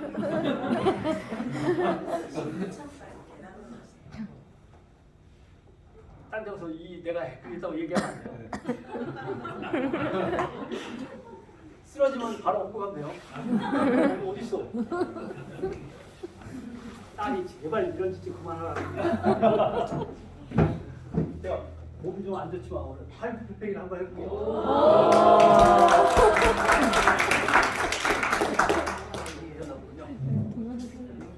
손가락, 세 손가락. 보세요. 간단합니다. 손가락을 바닥에 댄다.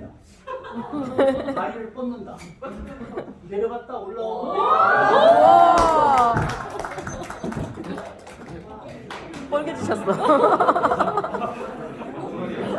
오늘 식사 보통 한 10번을 해야 되는데 힘들어가지고 저 사람은 손가락 힘을 뭐 때문에 키웠지?